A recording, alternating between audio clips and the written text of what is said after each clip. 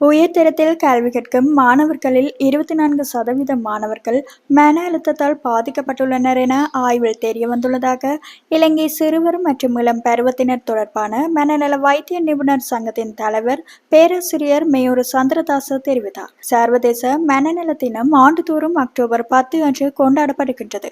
இந்த தினத்தை முன்னிட்டு இன்று கருத்து தெரிவிக்கும் போதே பேராசிரியர் மேயூர் சந்திரதாச மேற்குறித்த தகவலை வெளிப்படுத்தினார். இது தொடர்பில் அவர் மேலும் தெரிவிக்கையில், உயர்தரத்தில் கல்வி கற்கும் மாணவர்களில் 24% மாணவர்கள் மன அழுத்தத்தால் பாதிக்கப்பட்டுள்ள அதேவேளை 60% பாடசாலை மாணவர்கள் மன அழுத்தத்தால் பாதிக்கப்பட்டுள்ளனர் என்பது தெரிய வந்துள்ளது. கல்வியின் கடுமையான அழுத்தம், வீட்டில் பெற்றோருடனான பிரச்சினைகள், சமூக ஊடகங்களை பயன்படுத்துதல் மற்றும் பிள்ளைகளுக்கு ஏற்படும் உடல் ரீதியான அழுத்தம் ஆகியவை இந்த மன அழுத்தத்துக்கு காரணங்கள் என்பதை இந்த மனநல சோதனை கண்டறிந்துள்ளது. இலங்கையின் மக்கள் தொகையில் 19% பேர் மன அழுத்தத்தின் அறிகுறிகளை கொண்டுள்ளனர் என்பதையும் இந்த ஆய்வு காட்டுகிறது என அவர் தெரிவித்திருந்தமை குறிப்பிடத்தக்கது.